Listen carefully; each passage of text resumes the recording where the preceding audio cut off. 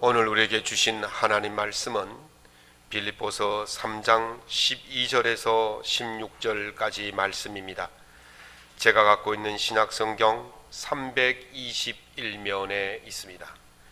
신약성경 빌립보서 3장 12절에서 16절까지 말씀을 한 목소리로 낭독하겠습니다. 내가 이미 얻었다 함도 아니요 온전히 이루었다 함도 아니라 오직 내가 그리스도 예수께 잡힌 바 된 그것을 잡으려고 달려가노라. 형제들아, 나는 아직 내가 잡은 줄로 여기지 아니하고 오직 한 일, 즉 뒤에 있는 것은 잊어버리고 앞에 있는 것을 잡으려고 표대를 향하여 그리스도 예수 안에서 하나님이 위에서 부르신 부름의 상을 위하여 달려가노라. 그러므로 누구든지 우리 온전히 이룬 자들은 이렇게 생각할지니 만일 어떤 일에 너희가 달리 생각하면 하나님이 이것도 너희에게 나타내시리라. 오직 우리가 어디까지 이르렀던지 그대로 행할 것이라. 아멘. 오늘 본문 말씀을 가지고 최선을 다하는 새해라는 제목으로 하나님의 은혜의 말씀을 함께 나누고자 합니다. 저는 주일 설교가 끝나면 종종 제 설교를 듣습니다. 어떤 목사님은 자기 설교를 절대로 듣지 않는다고 합니다. 왜 듣지 않느냐 물으니까 자괴감이 느껴진대요. 이렇게밖에 못하나 그런 자괴감이 들어서 절대로 자기 설교 듣지 않고 심지어는 그 원고까지 찢어버린다고 그렇게 이야기합니다. 그래서 저는 마음도 마찬가지입니다. 제 설교를 들을 때 이것밖에 뭐하나, 여기서 왜 이렇게 이야기했지, 이거 왜 이렇게밖에 뭐하나, 이런 자괴감이 들 때가 있어요. 그럼에도 불구하고 제가 제 설교를 들을 수밖에 없는 이유는 다음에 더 잘 하려고 그러는 거죠. 뭐 좋게 말해서 더 잘 하려고 그런 것이고, 욕심이 생기면 설교에 있어서 최고가 되기 위해서 설교를 들어보고 내용이 부실하면 연구를 더 하고, 기도가 부족하면 기도를 더 하고, 그래서 내용이 부족하거나 기도가 부족하면 그거는 또 쉽게 고칠 수가 있어요. 뭐 기도 시간 많이 늘리고 연구 시간 많이 늘리면 되는데, 문제는 태도와 발음입니다. 이게 십수년 동안 또는 뭐 평생 동안 쓰던 그 태도 발음이 쉽게 고쳐지지가 않아요. 사투리 막 나오죠. 그리고 너무 급한 나머지 앞에 가야 할 말이 뒤에 오고 뒤에 가야 할 말이 앞에 나오고 이 막 뒤섞여서 나오기도 하고, 또 태도도 보면 아주 멋들어지게 연예인처럼 폼 잡고 해야 되는데 그냥 경직되고 고정된 그런 모습, 이런 것들은요 쉽게 바뀌어지지가 않습니다. 그래서 최고가 되겠다고 준비하는 그 준비를 해서 하지만 늘 마음이 야 이거밖에 안 되나, 그런 자괴감이 들 때가 있어요. 그런데 제가 책을 읽다 보니까 아주 위로되는 구절이 하나 있더라고요. 영국의 2차 대전의 영웅이라고 할 수 있는 처칠 수상이 연설의 대가입니다. 명연설가인데 한 번은 국회 초선 의원이 국회에서 멋들어지게 퍼펙트하게 완벽하게 연설을 하고 나서는 처칠에게 와서 말합니다. 수상님, 제 연설이 어땠습니까? 완벽하게 했으니까 내심 칭찬받고 싶어서 그렇게 물었을 거예요. 그런데 처칠 수상이 말하기를 다음에는 좀 더듬거리면서 하게 그랬다는 거예요. 왜 그러냐, 왜 더듬거리면서 하냐, 완벽하게 최고로 하는 것도 중요하지만 우리가 너무 완벽하게 하면 다른 사람들의 경계의 대상이 된다는 거죠. 차도남, 차가운 도시 남자, 차도녀, 차가운 도시 여자에게 누가 접근하겠습니까? 접근하지 않아요. 좀 뭔가 빈틈이 있어야만이 사람이 접근하는 거죠. 완벽하게 하더라도 가끔은 실수가 있어야 그 허점을 보고 아 저렇게 대단한 사람도 실수를 하네, 그러면서 마음의 빗장을 열고 다가갈 수가 있다는 것이죠. 심리학 박사인 이민규 교수가 쓴 끌리는 사람은 1%가 다르다라는 책이 있어요. 그 책에 보니까 이런 이야기를 해나왔습니다. 직장이나 학교에서 왕따의 1순위가 누구냐라고 설문조사를 했더니 왕따의 1순위는 잘난 체 하는 사람이라는 거죠. 그러면서 한 대학생이 말하기를 못난 놈은 잘난 체해도 애기로 봐줄 수 있는데 잘난 놈이 잘난 체 하면 그 꼴 사나워서 못 보겠다는 거예요. 그래서 잘난 사람이, 완벽한 사람이 너무 완벽하게 해버리면 사람들이 접근을 하지 않는다는 거예요. 경계를 삼고 한다는 거죠. 그래서 잘난 사람이 가끔은 실수를 해야 사람들이 벽을 허물고 다가갈 수가 있다는 거죠. 그리고 잘난 사람이 실수를 하면 듣는 사람이 어떻습니까? 야, 저렇게 대단한 사람도 실수하는데 참 위로를 받는 거예요. 그리고 그 사람을 보면서 내가 그 사람보다 낫다라는 그런 위로를 받고 생각을 가기 때문에 접근할 수가 있다는 거죠. 심리학자 에슬론이라는 심리학자는요, 이런 말을 했어요. 너무나 완벽한 사람보다 약간 빈틈을 있는 사람들이 더 좋아하는데, 이처럼 허점이나 실수가 대인 매력을 증진시킨다, 그렇게 말합니다. 제가 가끔 설교하다가 버벅대고 사투리 쓰고 앞뒤 헷갈리는 거는 여러분들과 저와의 관계를 좀 더 가까이 하기 위해서 그러한 줄로 믿으시기 바랍니다. 그래서 좀 실수가 있어야, 허점이 있어야 사람들이 가까이 다가온다는 거죠. 너무 차도녀 할 필요가 없다는 것입니다. 사람은요, 누구나 자기 분야에서 최고가 되기를 원하지 않습니까? 누구나 마찬가지입니다. 못한다 소리를 듣기를 원치 않아요. 잘한다 소리를 듣기를 원합니다. 그런데 너무 잘한다 소리 듣기 위해서 너무 완벽하게 해버리면 사람들이요, 다가오지 않는 거죠. 그래서 아무리 완벽한 사람이라도 우리가 자세히 뜯어보면 뭐가 있습니까? 옥에 티가 하나쯤은 다 있어요. 성경에 말이죠, 하나님께서 인정하시는 믿음의 조상들이 있지 않습니까? 믿음의 선배들이 있어요. 그런데 그 믿음의 선배들도 우리가 뜯어보면 다 옥에 티가 있어요. 아브라함이 옥에 티가 없었습니까? 있었어요. 그리고 또 우리 야곱도 옥에 티가 있었지 않습니까? 다윗도 옥에 티가 있었어요. 하나님 마음에 합한 자라는 그 다윗도 옥에 티가 있었고, 하나님과 친구라는 모세도 옥에 티가 있었잖아요. 솔로몬도 옥에 티가 있었고, 또 신약에 와서 예수님의 제자들 가운데 베드로도 옥에 티가 있었고, 또 그 유명한 사도 바울도 옥에 티가 다 있었다는 거죠. 하나님께서 그들의 옥에 티가 있음에도 불구하고 그들을 믿음의 선배로서, 믿음의 그 훌륭한 일꾼으로서 인정해 준 이유가 뭐냐는 거죠. 그것은요, 최고가 아니라 하나님께서 주신 그 사명, 하나님께서 주신 그 삶에 대해서 최선의 삶을 살았기 때문에, 비록 최고가 아니더라도 그 최선의 모습을 보고 하나님께서 인정하시는 줄로 믿습니다. 최고라서 인정하는 것이 아니라 최선을 다했기 때문에 인정하는 거예요. 오늘 본문 말씀을 통해서 최고는 아니지만은 하나님께 인정받는 최선의 삶, 최선의 신앙이 무엇인지를 우리가 한번 생각해보고, 이 말씀을 붙들고 오늘 2021년 연말에 가서는 정말 네가 수고하고 잘했구나 칭찬받는, 최선의 삶을 살았구나 칭찬받는 우리 모두가 될 수 있기를 예수님의 이름으로 축원합니다. 그러면 우리의 최선의 삶이 인정받기 위해서는 어떻게 해야 되느냐? 첫 번째는 우리 목표의 정당성을 확보해야 됩니다. 미국의 생물학자였던 레이첼 카슨이라는 그 교수가 1960년도에 이미 책을 출판했는데, 책 이름이 침묵의 봄이라는 책을 출판했어요. 그 책을 내용을 보니까 어떤 내용이냐면, 사람들은 무분별한 살충제를 살포하고, 무분별하게 해충 퇴치제를 사용하고, 무분별하게 기술 문명을 발달시켜서 거기서 나오는 매연이나 공해로 온갖 독소 물질을 다 퍼뜨렸다는 거죠. 그로 인해서 생태계가 파괴되고 균형이 잃어버리게 되어지면 침묵의 봄이 된다는 거예요.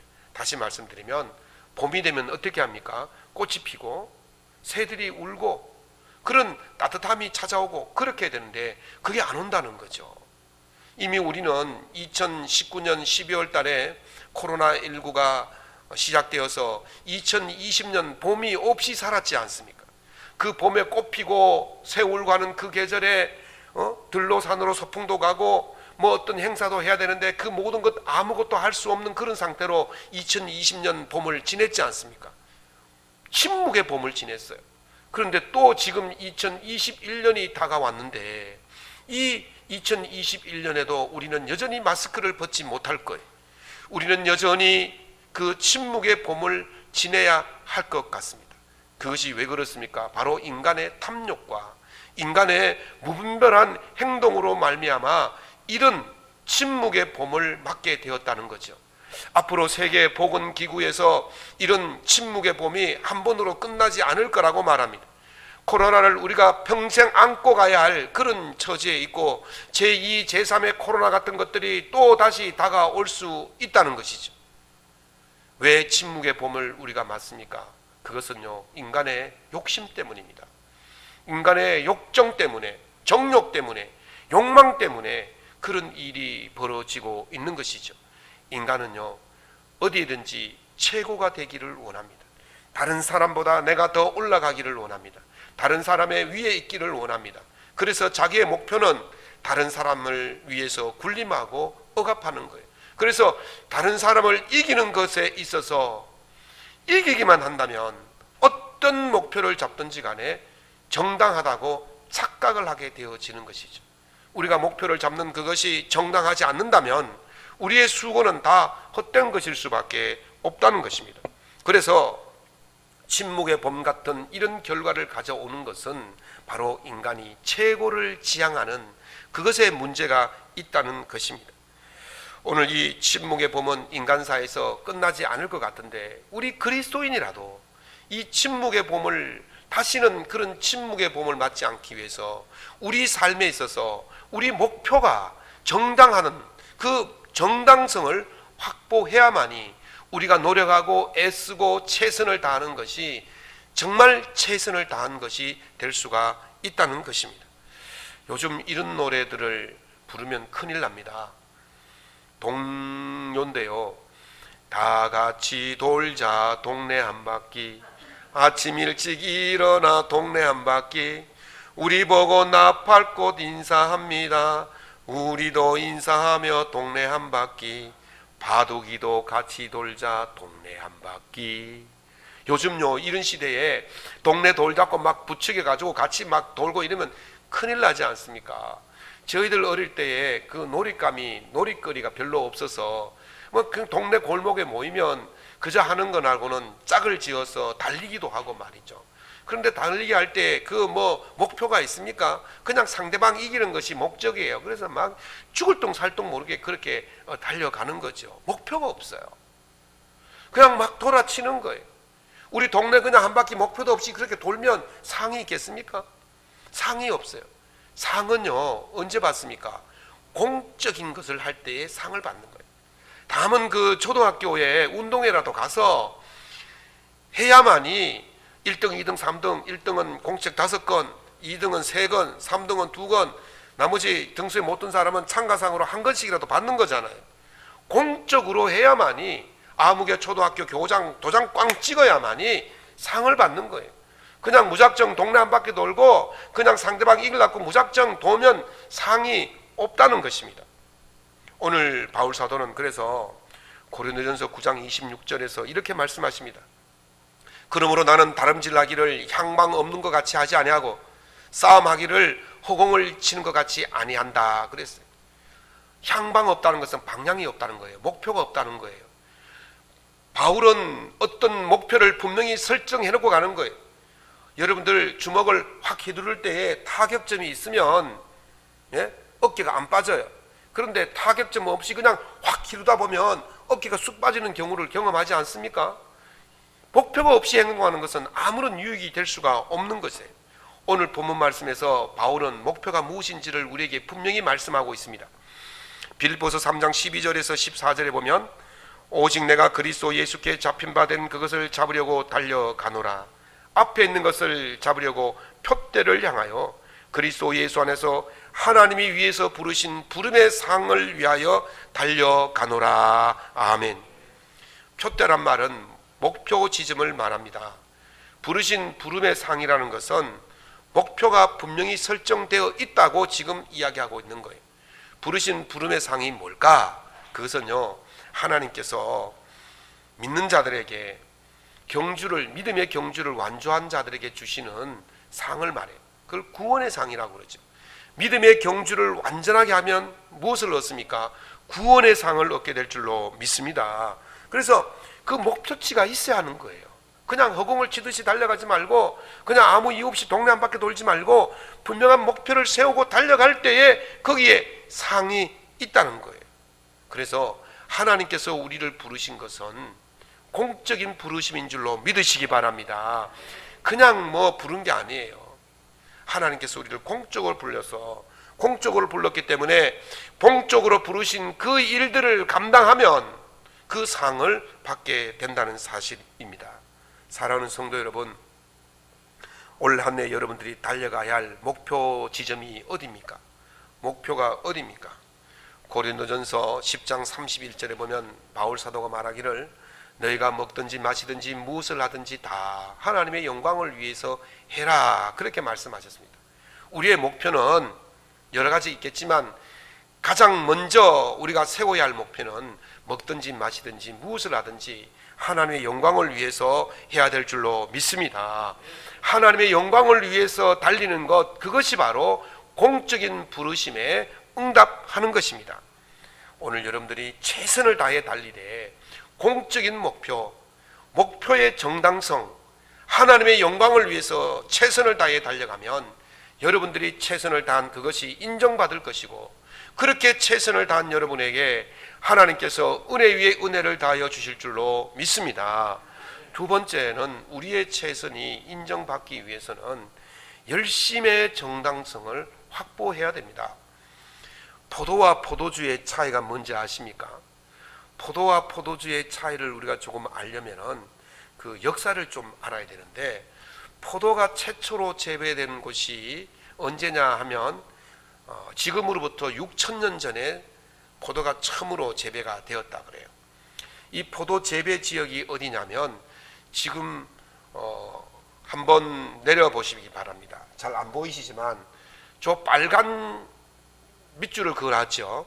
밑에 빨간 큰 밑줄은 이스라엘이고, 저 위에 작은 밑줄 두 개 있는 것이 바로 저기가 위에 것이 조지아입니다. 지금 옛날 말하면 그루지아고 지금은 조지아라는 나라고, 그 밑에가 아르메니아라는 나라입니다.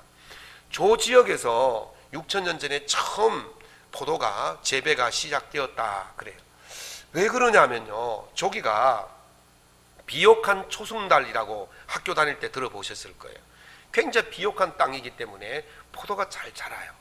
그리고 저기 이제 저 빨간 밑줄 두 개 있는 데서 여러분 보시기에 좌측으로 가면 터키고, 조금 터키 밑에 보면 이라크고, 거기서 이란에서 오른쪽으로 가면 이란이고, 그래서 터키, 이라크, 이란, 그리고 저 밑줄 근데 위에가 바로 러시아입니다. 그래서 저 지역이 비옥한 초승달 지역입니다. 굉장히 비옥해요. 성경에 보면 저 지역이 나오는데 어디 나오냐면 창세기 2장에 보면 에덴 동산이 나올 때 저 지역에 나옵니다. 비손이 나오고 기혼이 나오고 히데겔이라는 강이 흐르고 마지막에 유프라티스 강이 흐르는데, 바로 유프라티스 강의 발원지가 바로 저기예요. 그래서 에덴 동산이 저쯤 있을 거다 그렇게 추정을 하기는 합니다만은 아직 에덴 동산을 찾지를 못해. 왜? 하나님께서 두루 도는 하영검으로 인간이 들어오지 못하도록 막았기 때문에 절대로 인간은 찾을 수가 없는 것이죠. 어찌됐든 저 지역이 굉장히 비옥한 땅이고 저기로부터 포도가 재배가 시작되었어요. 그런데 포도 재배를 제일 처음으로 세계 최초로 한 사람이 누군지 아십니까? 고고학자들은요 이걸 못 밝혀냈어요. 그런데 성경은 밝혀냈습니다. 창세기 9장에 보면 20절 21절에 보면 노아가 포도를 재배하여 포도주를 만들었다 그랬어요. 그러니까 홍수가 언제 났냐면 BC 기원전 2800년경이라고 한 3000년경 전후에서 홍수가 났다 그랬잖아요. 그러면 예수님이 태어나시기 전 3000년 전, 예수님이 태어나시고 2000년 합치니까 5000년 되었어요. 그러니까 노아가 저기에서, 저긴지 모르지만 저 근처에서 포도나무를 재배했다는 것이죠. 그러니까 고고학자들이 밝혀낸 6,000년 전후하고 노아가 홍수 그 전후를 보면 거의 시기적으로 일치할 수가 있다는 거죠. 고고학에서 밝혀내지 못하는 것은 어디서 밝혀내요? 성경에서 밝혀내고 있습니다. 그래서 노아가 포도 재배의 기원이다, 그렇게 볼 수가 있는데요. 이 포도가 이제 어디로 들어가느냐 하면 유럽으로 들어갑니다. 저기서 터키 지나서 저기 보면 밑에가 에게고 그 위가 마르마라해라는 곳인데 그 사이에 보면 아주 헤엄쳐 건널 수 있는 작은 해협이 있습니다. 이 해협을 지나서 들어가게 되어지죠. 그런데 그게 이제 유럽은요, 석회질이 많아요. 땅이 척박하고 자갈이 많아요. 척박한 땅인데 이것이 그 유럽으로 들어가서 뭐가 됐냐면 음료가 된 거예요. 다시 말하면 포도주가 된 거예요. 그런데 이것이 아시아로 들어왔을 때는 뭐가 되냐면 과일이 된 거예요. 그래서 아시아 사람들은 포도주를 담가 먹지 않고 포도 알맹이 그 과일을 먹고, 저 유럽 사람들은 뭘 먹느냐면 바로 포도를 가지고 음료를 만들어서 포도주로 그렇게 마시게 되었다는 사실입니다. 그래서 유럽 사람들은 포도를 과일째 먹는 게 아니고 음료로 생각하고, 동양 사람들은 포도를 과일로 생각하는 차이가 있어요. 제가 그 와인을 즐기는 법이라는 책을 봤어요. 존 휴 존슨이라는 사람이 그 책을 썼는데요. 그 와인이 좋은 와인이 되기 위해서는 그 포도나무가 척박한 땅에서 자라야 된다, 그렇게 말합니다. 척박한 땅. 좋은 땅에 자란 포도 열매는 단 포도가 되겠지만 와인을 만들 때에는 척박한 땅에서 이것이 자갈을 뚫고 바위를 돌라서 이렇게 깊이 뿌리를 내려서 물을 찾아서 물을 공급받고 수분을 공급받아서 영양분을 위로 올려줘야 그 포도 열매가 된다는 거죠. 그래서 척박한 땅에서 자란 포도나무가 포도 열매를 맺게 되어지면 그 포도 열매는 아주 맛있는 포도주를 만들어낼 수가 있다고 그렇게 말합니다.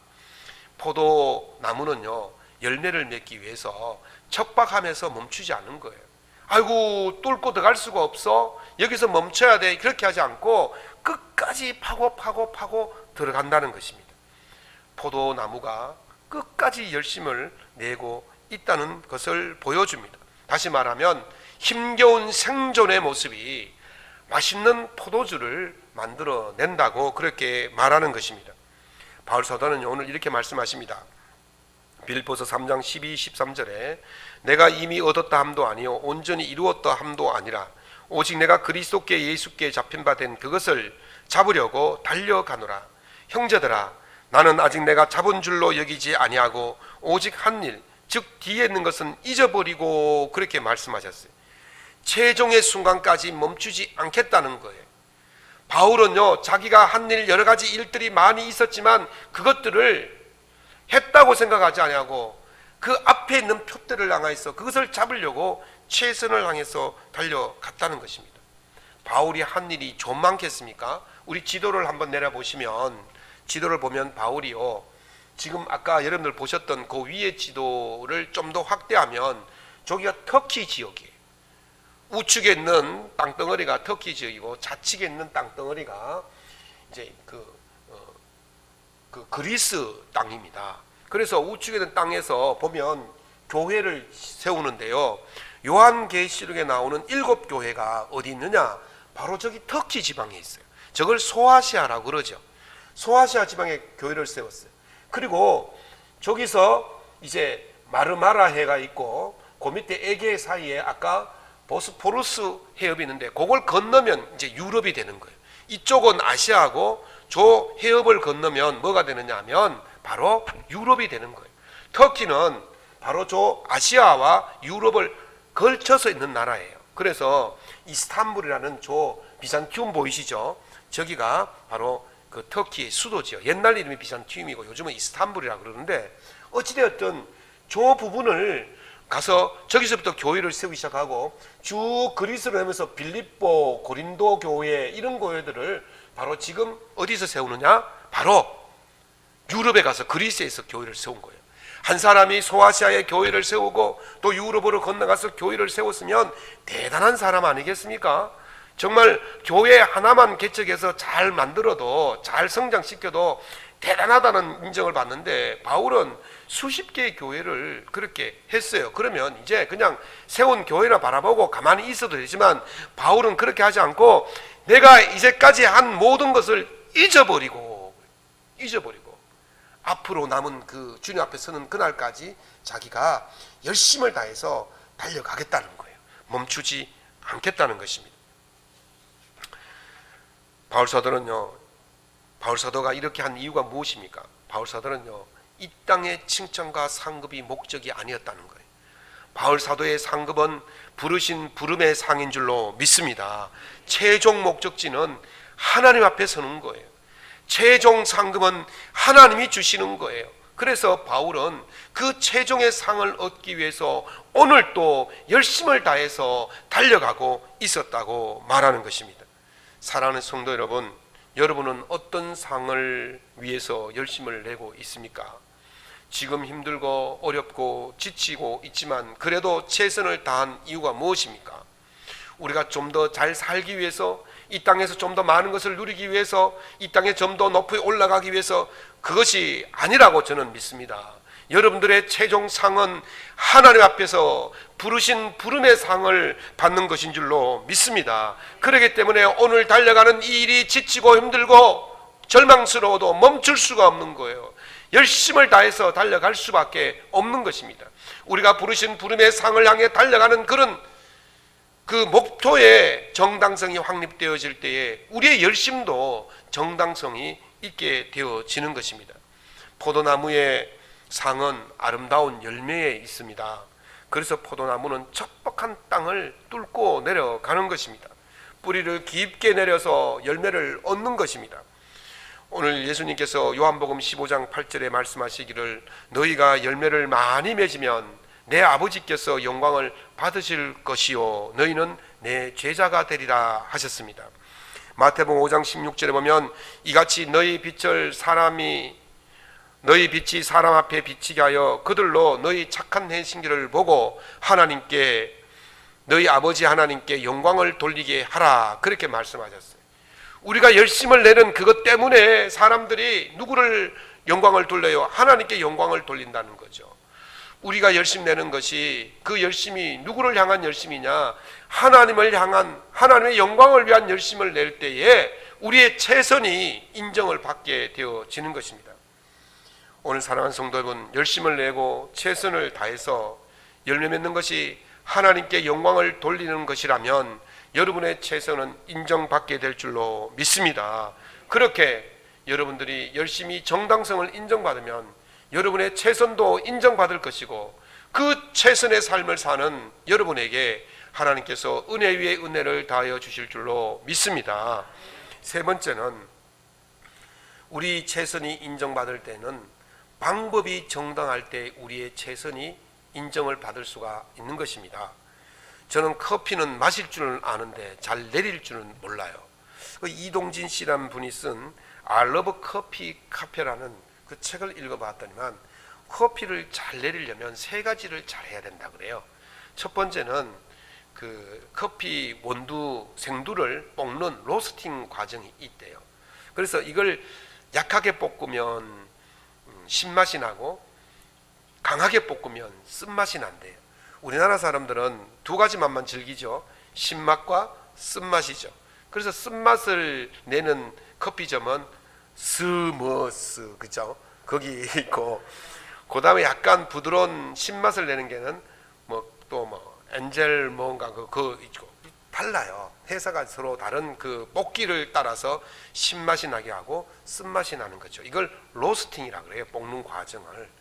두 번째는 블렌딩이라 그렇습니다. 이걸 섞는 과정을 말하는데, 커피 원산지가 아프리카 하나만 있는 게 아니잖아요. 이디오피아도 있고, 또 콜롬비아도 있고, 또 베트남도 있고, 칠레도 있고, 여러 가지 나라들이 있어요. 근데 나라들마다 이 커피의 맛이 다 달라요. 어떤 나라는 신맛이 강한 나라가 있고 쓴맛이 강한 나라가 있고, 어떤 나라는 과일향이 나는 나라가 있고, 어떤 나라는 매끄러운 매끄러운 맛이 나는 데가 있고, 어떤 데는 거친 맛이 나는 데가 있고. 근데 우리나라 사람들은 두 가지만 한다 그러잖아요. 신맛과 쓴맛밖에 모르니까 별로 신경을 안 쓰는데, 정말 커피 애호가들이 있어요. 자기 집에서 내려 먹는 사람, 아니면 또 전문 바리스타는요, 이 자기만의 커피의 취향이 있어요. 그래서 이 자기만의 커피 취향을 만들기 위해서 콜롬비아 커피, 에티오피아 커피, 멕시코 커피, 또 어디입니까? 네? 베트남 커피, 이런 커피들을 조금 섞어 가지고 갈아요. 이걸 섞는다 그래서 블렌딩이라 그래요. 그러면 자기가 원하는 신맛, 쓴맛, 과일맛, 뭐 매끄러운 맛, 거친 맛, 이런 것을 내는 거죠. 우리는 그냥 주는 대로 그냥 내려먹고 치우잖아요. 그런데 전문가들은 그렇게 하지 않는다는 거죠. 이게 블렌딩이에요.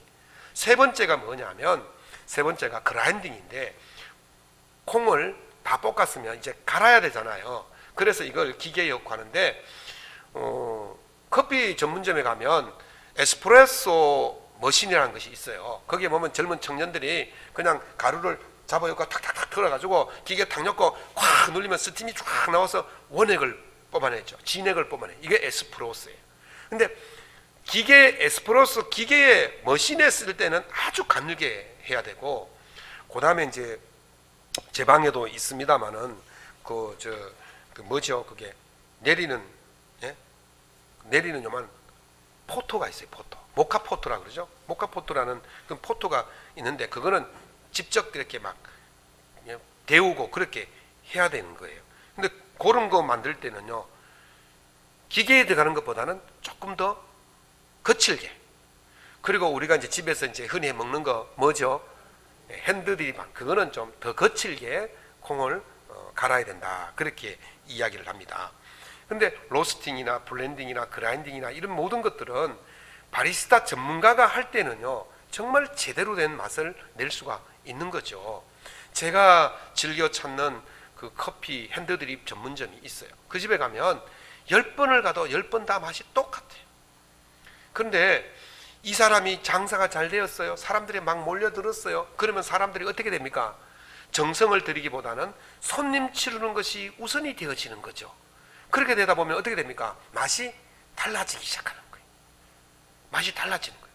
그러면 저같이 미각이 뛰어난 사람은 한 번, 두 번은 그러려니 하고 가지만, 이게 계속 갈 때마다 이게 다르면 이제 발을 끊게 되는 것이죠. 한마디로 말하면 전문가는 방법이 같다는 것입니다. 처음 방법이나 나중 방법이나 방법이 같다는 거예요. 사람은요, 미각이 간사스러워서 정확히 알아버립니다. 그래서 바울 사도가요, 오늘 우리에게 이렇게 말합니다. 오직 우리가 어디까지 이르렀던지 그대로 행할 것이니라. 이게 개역 성경의, 개정 성경의 말씀이고요. 이게 현대인의 성경으로 가면 이렇게 말씀하십니다.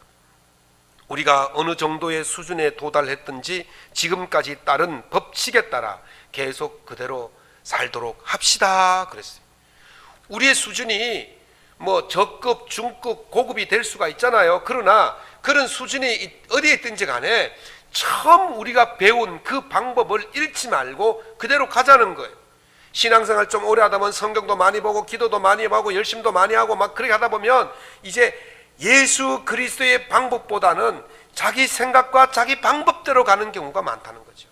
내가 기도해 보니까, 내가 말씀을 해석해 보니까, 내가 열심을 내보니까 자기 경험을 가지고 이야기하는 거예요. 그래서 그렇게 하지 말라는 거예요. 너희가 어느 수준에 이르렀든지 간에, 고급 수준에 이르렀다 할지라도 예수의 방법대로 살아라. 예수의 방법대로 살라. 처음의 방법대로 가라는 거죠. 바울 사도가 뭐라 그랬습니까? 내가 예수를 본받은 것처럼 너희도 나를 본받으라. 다시 말하면 바울이 이런 위대한 인물이 되었지만은 그 방법을 바꾸지 않았다는 거예요. 예수의 방법을 지금까지 고집했으니까 너희도 예수의 방법대로 살아가라고 그렇게 말씀하시는 거예요. 빌립보 3장 17절에서 이렇게 말씀하십니다. 너희는 함께 나를 본받으라. 그리고 너희가 우리를 본받은 것처럼 그와 같이 행하는 자들을 눈여겨보라 그랬어요. 왜냐하면 바울이 그리스도의 방법대로 지금까지 왔고, 그 제자들도 그렇게 왔고, 앞으로 예수를 믿을 사람도 그렇게 해야 된다는 것을 말씀하고 있는 것입니다. 그때 비로소 우리의 신앙의 정당성을 얻는 거예요. 우리가 최선을 다했는데 그 방법이 예수의 방법이 아니라면 우리의 방법은 정당성을 얻지 못할 것이고, 우리의 방법이 정당성을 얻지 못한다면 우리가 열심히 하는 최선을 다하는 그 모습도 정당성을 받지 못하게 될 것입니다. 사랑하는 성도 여러분, 새해가 시작된 지 이제 반달이 지났습니다. 새해 첫날에 여러 가지 작심도 하고 결심도 하겠죠. 그런데 3일만 지나면 다 끝나버리지 않습니까? 작심삼일로 끝나는데 그래도 그런 사람이 있는 반면에 또 어떤 사람들은 또 아주 또 열심히 그렇게 가려고 그렇게 합니다. 그렇지만 우리가 달려가고 하고 있는 이 중에 생각 한번 해봐야 될 것이 뭐냐면, 지금 내가 달려가고 있는 것이 방향이 옳은 건지, 나의 열심이 옳은 건지, 나의 방법이 옳은 건지, 정당한 것인지를 생각해 보라는 것입니다. 내가 하나님의 영광을 위해서, 내가 하나님께 영광을 돌리기 위해서 최선을 다하고 열심을 내고, 내가 예수 그리스도의 방법으로 열심을 내고 가고 있는지를 한번 보라는 것이죠. 그렇게 정당성을 확보하면 여러분들이 열심히 최선을 다한 그것이 하나님께 인정받게 될 줄로 믿습니다. 오늘 여러분들 인생의 마지막 순간까지도 물론이지만 올 2021년 한 해에 정말 최선을 다해 사는 그런 신앙으로 살되, 먼저 여러분들이 하는 그 일들에 있어서 방향과 열심과 그리고 방법의 정당성을 확보하셔서 달려가신다면 2021년 연말에 하나님께서 여러분 가운데 큰 은혜를 내려주실 줄로 믿습니다. 이런 모습으로 살아가는 우리 모두가 될 수 있기를 예수님 이름으로 축원합니다.